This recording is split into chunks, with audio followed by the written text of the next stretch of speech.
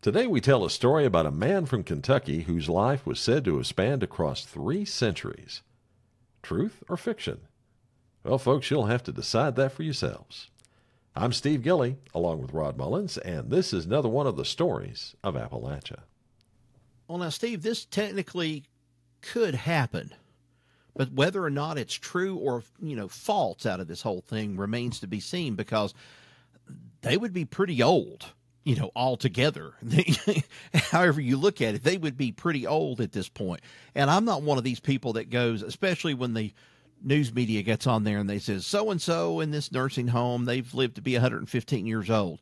Just as soon as they say something about them, usually that person croaks. That's the sad thing about it. But this has a little bit more of a kind of significant meaning to it. Instead of just being the oldest person alive, just to it, it's living 3 centuries, supposedly. Well, I guess, Rod, if you are 102 and you're born in 1799 and you die in 1901, right? Yeah, you've lived through 3 centuries. Technically. This fella is supposed to have actually lived longer than that. Now, whether he did or not, there's a little bit of give and take in this, as you'll see as we get into this story. His name wasn't Methuselah by chance, was it? No, his name was John Shell. Okay. He was, I guess you could call him a legend, not for something that he did, not for something he'd made, or something that happened to him. He was known for, some say, being the oldest man to have ever lived. Born in 1788, or so he claimed, he lived until July 5th, 1922. He never wore shoes much, and he chewed tobacco all the time. Interestingly, Rod, he claimed to have grown not 2 sets of teeth, but 3 sets of teeth during his long life. I've heard about this. I've heard about this guy, but I had no idea this was him exactly. When he died, his oldest child was 99 years old, and his youngest was only 7. It's said that other men in the mountains lived to advanced ages, but none ever came close to John Shell. John's father, Samuel Shell, was a gunsmith of Dutch descent, and his mother was Mary Ann Fry Shell. There's some debate about their origins. Some accounts say that they moved from Pennsylvania through the Shenandoah Valley to settle in East Tennessee, where John was born near the Roaring River. Others state that both parents were born in the Carolinas. Well, either way, all their known children were born in Tennessee. John's mother lived to a great age herself. It's believed that she lived to be at least 102 years old when she died in 1877. Eventually, the Shell family moved on to Kentucky, settling first on Poor Fork and then later moving over the mountains to Laurel Creek, which became known as Greasy Creek in Harlan County in what is now Leslie County. Well, Rod, speaking of Greasy Creek, there's an interesting story about how it got its name, and it involves Mr. Shell. You want to hear it? Yeah, I would. Well, seems that one day John Shell shot and wounded a bear on the mountain at the mouth of Shell's Fork on Laurel Creek. The bear ran off and fell down into a deep pool in the creek that folks call a blue hole. Now, the water was so deep that John couldn't get that bear out. The old bear's body did what nature intended. It became food for fish, and what was left simply rotted away in the water. As it did so, the bear fat created a greasy scum on the water's surface, giving the creek its name. Well, Mr. Shell had his share of adventures during his life. In his early years, John helped defend the settlement of Harlan against an attack by Indians using, get this, something fresh out of Robin Hood, flaming arrows. He also recalled the 1811 earthquake that shook Kentucky, saying that it lasted for 2 days. Wow. Well, John claimed to have seen Daniel Boone, who killed many bears, deer, and wild turkeys. He lived a fascinating life. There's no other way around it. But he even got his picture in the New York Times in 1919, standing next to a decorated World War I vet honored as the oldest man in the world. John Shell lived a life like most everybody else in eastern Kentucky at the time. He married a woman named Elizabeth Nance in 1844. They had several children together. He was quite the craftsman, too. He was a gunsmith, a miller, wainwright, and a blacksmith. What exactly is a wainwright? They make wagon wheels. Okay, all right then. So, but I knew the rest of them here, but then wainwright kind of threw me off. But he made knives, axes, hammers, spinning wheels, looms, and surprise! He even made whiskey, too, didn't he, Steve? Oh, yes, indeed he did. Times, though, got a little bit rough. And we're talking about the Civil War. And when that war broke out, it's said that Shell, siding with the rebels, rode all the way to General Robert E. Lee's army in Virginia to join up. But when he got there, Robert E. Lee took one look at the 74-year-old man, thanked him for his interest in joining the Confederate Army, then, much to John's dismay, turned him away because of his age, saying that this was a young man's fight. Well, life went on, and his wife eventually passed away, leaving John Shell a widower. But not for long. He soon met and married Elizabeth Chappell, and the couple had one son, Albert James Shell, in 1915, when he was supposedly well past 100 years old. Can you believe that? Well, I can. And here's another thing, too. It's a wonder that Robert E. Lee, when he told him, says, this was a young man's fight, it's a wonder that the Union didn't turn around and take John Shell in and use them just in, response. They turned me down. Will you all take me? I mean, I don't know, but still, it would have been one of those things. It'd been funny if it had happened. But John's fame for being the world's oldest man spread as the years passed, leading to him and Albert being invited by the governor of Kentucky to be his guests at the Kentucky State Fair in 1919. There, John took center stage, displayed to attendees to the fair as the oldest man in the world. Many folks, though, doubted his age, but he went ahead, he went through it, but then he stormed home, found a tax receipt from 1809, and argued he must have been at least 21 when he paid taxes back then.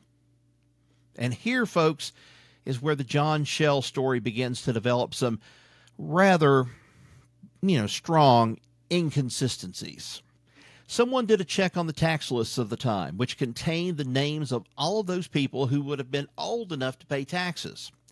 Harlan County tax lists show that John Shell first appears in 1844, which would place his birth at 1822, not 1788, making him 100 years old when he died. Also, Rod, although he had said he was born in 1788, Shell also claimed he was 12 years old when Harlan County was formed in 1819.